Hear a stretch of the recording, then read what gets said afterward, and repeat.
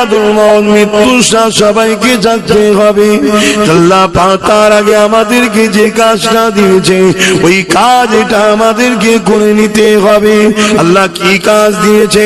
প্রথমে ঈমান আনতে হবে, তারপরে রাসূলুল্লাহর আদেশকে মেনে নিতে হবে, রাসূলুল্লাহ নিষেধকে ছেড়ে দিতে হবে। তাহলে কবরের জমিনটা তোমার জন্য কামিয়াবি হয়ে যাবে। ওই কবরে তিনটে প্রশ্ন করা হবে। প্রথম নম্বর হলো মান রব্বুকা, তোমার রবকে? তুমি আমি উত্তর দেবো রব্বি আল্লাহ, আমাদের রব হলো আল্লাহ। যে আল্লাহকে চেনে তাকে তো দ্বিতীয় তৃতীয় প্রশ্ন করার প্রয়োজন নাই। আল্লাহ বলবেন না প্রশ্ন করো। আল্লাহ বা কেন করবো? কেননা আমার আল্লাহকে আল্লাহ শুধু তুমি আমি মানি তা নয়, অনেকেই আল্লাহকে আল্লাহ বলে মানে। তাই আল্লাহ দ্বিতীয় প্রশ্ন করতে বলবে মা দীনুকা, তোমার দিনটা কি? আমি তুমি ইনশাআল্লাহ উত্তর দিয়ে দেবো দিন ইসলাম। তাহলে আর প্রশ্ন করার কি দরকার? যার দিন হলো ইসলাম, যার ধর্ম হলো ইসলাম, যার লাইফ স্টাইলে চলার ব্যবস্থা ছিল ইসলাম, যার রব হলো আল্লাহ, তাকে আবার দ্বিতীয় তৃতীয় প্রশ্নর কি আছে? আমার আল্লাহ পাক বলবে না আরো প্রশ্ন করো। এই যে ইসলামটা মেনেছে, এই ইসলাম কার থেকে নিয়ে মেনেছে? এর নেতাটা কে ছিল? এর লিডারটা কে ছিল? এর সরদার কে ছিল? এর পথ প্রদর্শক কে ছিল? তাই আমার রাসূলুল্লাহকে দেখানো হবে এবং বলা হবে ইনি হলেন মুহাম্মদ রাসূল। ইনার সম্বন্ধে তোমার দুনিয়ার জমিনে ভালো তারে কথাগুলো শুনবে। দুনিয়ার জমিনে ধারণাটা কি ছিল এটা তুমি খোলাসা করে বলো। অর্থাৎ আব্বাস সিদ্দিকী যখন তুমি মাইক পেতে এই নবী নিয়ে কি বলেছো বলো, এই নবী সম্বন্ধে তোমার দরদ কি ছিল বলো, এই নবীর ব্যাপারে তুমি লোককে খুলে খুলে বলতে, না ডেকে ডেকে বলতে, না পাশ কাটিয়ে চলে যেতে। এই ইমাম তুমি যখন মসজিদে দাঁড়িয়ে খুতবা দিতে এই রাসূল সম্বন্ধে মুসল্লিদেরকে কি শিখিয়েছো, এই মুসল্লিদেরকে কি শুনিয়েছো, এই মুসল্লিদের সম্বন্ধে কি বলেছো, এটা তুমি খুলে খুলে বলো। কেননা আমার আল্লাহ সব কিছু প্রোপাগান্ডা যা তৈরি করেছে উদ্দেশ্য হলো বন্ধুকে খুশি করা।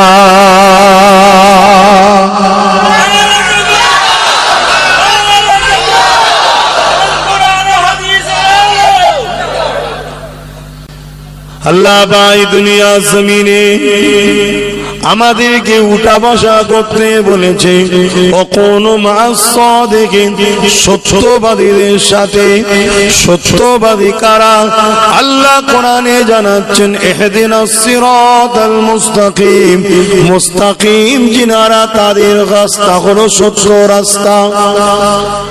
এই মুস্তাকিম কারা? সিরাতাল্লাযীনা আন'আমতা আলাইহিম, যাদের উপরে আল্লাহ ইনাম দিয়েছে তারা। কাদের উপরে আল্লাহ ইনাম দিয়েছে? মিনান নাবিয়্যিন ওয়াস সিদ্দিকিন ওয়াস শুহাদা ওয়াস সালিহিন। এই চার শ্রেণীর উপরে আল্লাহ ইনাম দিয়েছে। এদের অনুসরণ যারা করে, এদের সঙ্গে উঠা বসা যারা করে, এদের পিছনে যারা থাকে, এদেরকে ফলো যারা করে, এদেরকে পিয়ার যারা করে, এদের কাতারে যারা থাকে, তারাই হলো ইহদিনাস সিরাতাল মুস্তাকিমের রাস্তার মানুষ। তারাই যাবে জান্নাতে।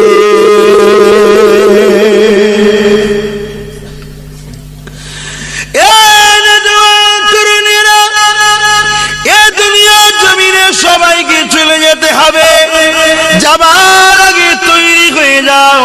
কেননা কবর বড় অন্ধকার জায়গা, কবর বড় একা থাকার জায়গা, কবর বড় পোকামাকড়ের জায়গা, কবর বড় একা একা থাকার জায়গা। কবরে তোমার সাথে কেউ যাবে না গো। কত দরদি কত আপনজন দুনিয়া জমিনে রয়েছে। নিঃশ্বাসটা ফুরিয়ে গেলে সব আপন গায়েব হয়ে যাবে। একটা রাত চলনা গো থাকবে, একটা ঘন্টা চলনা গো থাকবে, কেউ তোমার আমার সঙ্গে যাবে না, ওই কবরের জমিন যিনি তোমার আমার জন্য আসবে তিনি অন্য কেউ না, ইমাম বুখারী জানাচ্ছেন তিনি হলেন আমার তোমার নবী মুহাম্মাদুর রাসূল। আরো জোরে বলুন সুবহান। আজকে সেই নবী থেকে আমরা দূরে সরে গেছি, অনেকটা দূরে সরে গেছি। এক তো দুনিয়ার লোভ লালসা, গান বাজনা, জালিমদের চক্রান্তের শিকার হয়ে সরে গেছি, আবার আর এক দিক দিয়ে মুনাফিক বক্তাদের চক্রান্তে নবীর মর্যাদা আদব থেকে আমরা দূরে সরে গেছি। এমনও সমাজের মধ্যে আছে যে লা ইলাহা ইল্লাল্লাহু মুহাম্মাদুর রাসূলুল্লাহ, মুহাম্মদ রাসূলুল্লাহটাও বলা যাবে না বলছে। এরা মেম্বারে বসেই বলছে, আর সামনে হাজারো মুসলমান শুনছে, তারাই দাওয়াত করে নিয়েছে শোনে। এরকমও চলছে দুনিয়ায়।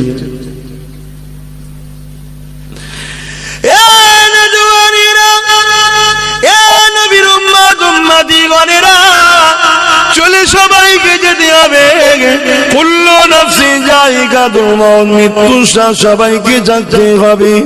আল্লাহ পাক তার আগে আমাদেরকে যে কাজটা দিয়েছে ওই কাজটা আমাদেরকে করে নিতে হবে। আল্লাহ কি কাজ দিয়েছে? প্রথমে ঈমান আনতে হবে, তারপরে রাসূলুল্লাহর আদেশকে মেনে নিতে হবে, রাসূলুল্লাহ নিষেধকে ছেড়ে দিতে হবে, তাহলে কবরের জমিনটা তোমার জন্য কামিয়াবি হয়ে যাবে। ওই কবরে তিনটে প্রশ্ন করা হবে। প্রথম নম্বর হলো মান রব্বুকা, তোমার রবকে? তুমি আমি উত্তর দেব রব্বি আল্লাহ, আমাদের রব হলো আল্লাহ। যে আল্লাহকে চেনে তাকে তো দ্বিতীয় তৃতীয় প্রশ্ন করার প্রয়োজন নাই। আল্লাহ বলবেন না প্রশ্ন করো। আল্লাহ বা কেন করব? কেননা আমার আল্লাহকে আল্লাহ শুধু তুমি আমি মানি তা নয়, অনেকেই আল্লাহকে আল্লাহ বলে মানে। তাই আল্লাহ দ্বিতীয় প্রশ্ন করতে বলবে মা দীনুকা, তোমার দিনটা কি? আমি তুমি ইনশাআল্লাহ উত্তর দিয়ে দেবো দিন ইসলাম। তাহলে আর প্রশ্ন করার কি দরকার? যার দিন হলো ইসলাম, যার ধর্ম হলো ইসলাম, যার লাইফ স্টাইলে চলার ব্যবস্থা ছিল ইসলাম, যার রব হলো আল্লাহ, তাকে আবার দ্বিতীয় তৃতীয় প্রশ্নর কি আছে? আমার আল্লাহ পাক বলবে না আরো প্রশ্ন করো। এই যে ইসলামটা মেনেছে, এই ইসলাম কার থেকে নিয়ে মেনেছে? এর নেতাটা কে ছিল? এর লিডারটা কে ছিল? এর সরদার কে ছিল? এর পথ প্রদর্শক কে ছিল? তাই আমার রাসূলুল্লাহকে দেখানো হবে এবং বলা হবে ইনি হলেন মুহাম্মদ রাসূল। ইনার সম্বন্ধে তোমার দুনিয়ার জমিনে ভালো তারে কথাগুলো শুনবে। দুনিয়ার জমিনে ধারণাটা কি ছিল এটা তুমি খোলাসা করে বলো। অর্থাৎ আব্বাস সিদ্দিকী, যখন তুমি মাইক পেতে এই নবী নিয়ে কি বলেছো বলো, এই নবী সম্বন্ধে তোমার দরদ কি ছিল বলো, এই নবীর ব্যাপারে তুমি লোককে খুলে খুলে বলতে, না ডেকে ডেকে বলতে, না পাশ কাটিয়ে চলে যেতে। এই ইমাম তুমি যখন মসজিদে দাঁড়িয়ে খুতবা দিতে এই রাসূল সম্বন্ধে মুসল্লিদেরকে কি শিখিয়েছো, এই মুসল্লিদেরকে কি শুনিয়েছো, এই মুসল্লিদের সম্বন্ধে কি বলেছো, এটা তুমি খুলে খুলে বলো। কেননা আমার আল্লাহ সব কিছু প্রোপাগান্ডা যা তৈরি করেছে উদ্দেশ্য হলো বন্ধুকে খুশি করা।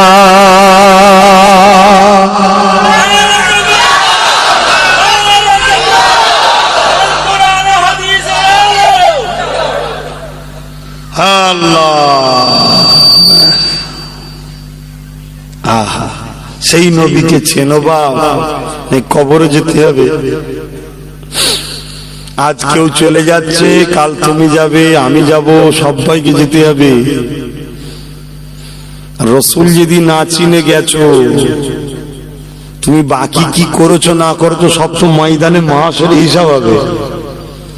কবর প্রথম ঘাঁটি, বর্ডারে যদি তুমি ধরা পড়ে যাও তা আগে যাওয়া তো পরের কথা, এখান থেকে জেল জরিমানা শুরু হয়ে যাবে, তাই তো নাকি গো? প্রথম মঞ্জিল হচ্ছে বর্ডার, কবর প্রথম ঘাঁটি। আর এখানে মেন প্রশ্ন মান রব্বুকা মা দীনুকা নয়, এখানে মেন প্রশ্ন হলো মুহাম্মদ রাসূলকে তুমি দুনিয়ায় কিভাবে চিনতে, কিভাবে মানতে, কিভাবে ডাকতে, কিভাবে রাসূল সম্বন্ধে তোমার ধারণা কি ছিল, আকীদা কি ছিল বলো। শুনছেন তো? কেন দুনিয়ায় আকীদা ভুল ছিল, আর তখন যদি বলা হয় ইনি কে, সবাই তো বলবে, দেখেই তো চিনে যাবে। আরে বিপদের সময় দুশ্মনকেও বন্ধু বলা যায়, ঠিক না বেঠিক? তো মানুষ তো বড় স্বার্থপর, বড় ধান্দাবাজ। দেখছে বিপদ কবরে ঘাঁটি, ইনি যখন এখানে আসছে তখন বুঝে যাবে তো ভিআইপি, তার মানে তখন তো বলবে হ্যাঁ আমার জান ছিল, আমার ইমান ছিল, আমার নেতা ছিল, অনেক কিছু বলতে পারে না। না এখন নয়, দুনিয়ায় যখন ছিলিস ইনার জন্য কি করেছিস বল, ইনাকে কিভাবে ডাকতিস, ইনাকে কোন আকীদায় মানতিস, ইনার সম্বন্ধে কি ধারণা ছিল, আমাদের মতো মানুষ মানতিস, মরে গেছে বলতিস, না হায়াতুন নবী বলে মানতিস? কথা মাথায় ঢুকছে না ঢোকেনি? এটা হলো প্রথম প্রশ্ন। যেখানে নবীর আলোচনা হতো ওই আলোচনার পক্ষে ছিলিস না মিটাবার ধান্দায় ছিলিস?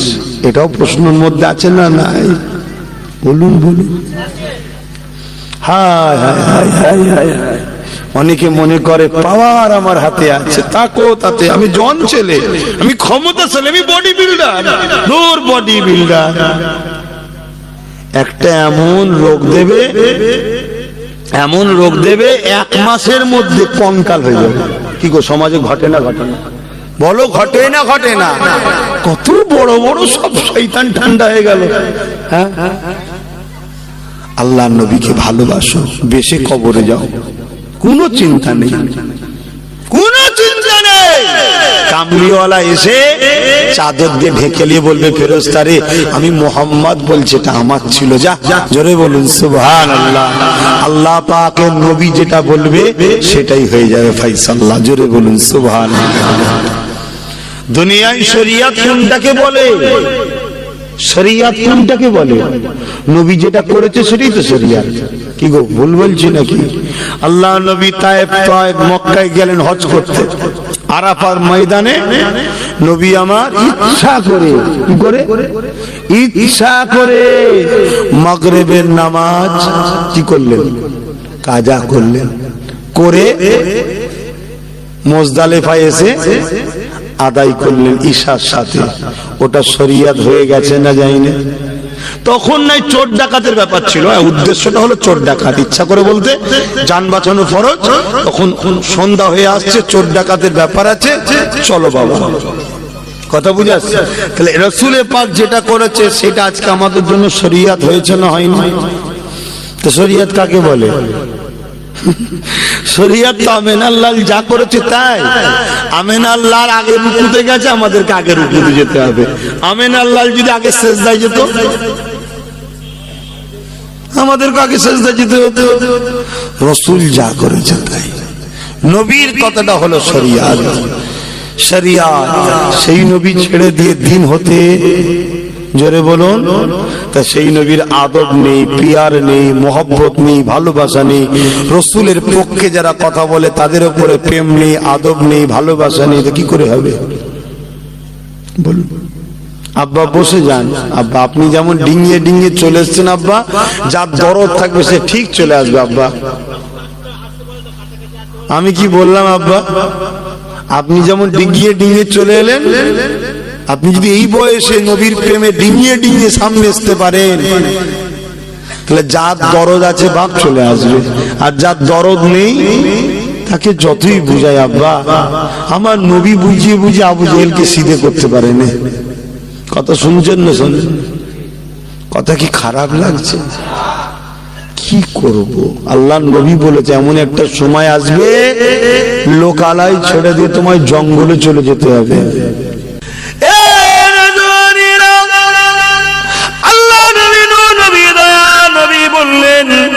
তোমরা আমার খানদানকে ভালোবাসো, আমার খানদানকে ধরো, আমার খানদানকে পেয়ার করো, আমার খানদানকে নেতৃত্ব তোমরা মেনে নাও।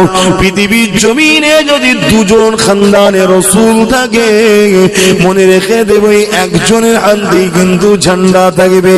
তার নেতৃত্বকে তোমাদের মেনে নিতে হবে, তাকে তোমাদেরকে ফলো করতে হবে।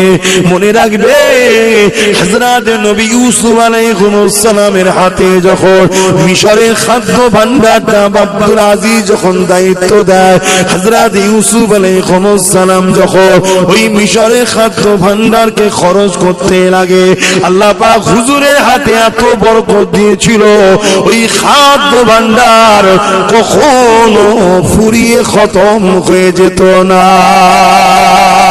এটা একটা আল্লাহর পক্ষ থেকে দান। তাই কিয়ামত পর্যন্ত নবীর বংশধরের হাতে যখন তোমরা হাত দেবে, তাদের সঙ্গে উঠা বসা করবে, তাদের পিছনে কাতা দিয়ে দাঁড়িয়ে থাকবে, তাদের ডাকে সাড়া দেবে, তাদেরকে ফলো করবে, মনে রেখে দিও আল্লাহ তাদেরকে একটা বরকত দিয়েছে। ওই বরকতে আল্লাহ তোমাদের উপরে সাহায্য করবে, কামিয়াবি দেবে। যুবক শুনে রেখে দাও, তুমি সংখ্যার দিকে যেও না। এই পৃথিবীতে কার কত অস্ত্র আছে, কার কত দল পাহাড় ক্ষমতা আছে দেখে লাভ না। কেননা দুনিয়ার সমস্ত সুপার পাওয়ার গুলো আজ প্যালেস্টাইনের উপরে ঝাঁপিয়ে পড়েছিল। অল্প কোটি কত প্যালেস্টাইনবাসীর কাছে কিন্তু ওই সুপার পাওয়ার আজকে পরাজিত হয়ে মাথা হ্যাট করতে তারা কিন্তু বাধ্য হয়েছে। আল্লাহর উপরে ভরসা রাখো, নবীর কথাকে মেনে নাও। নবী বলেছে দুনিয়ার মাননেওয়ালারা তোরা আমার খানদানের অনুসরণ করবে, কুরাইশের নেতৃত্ব মেনে নেবে।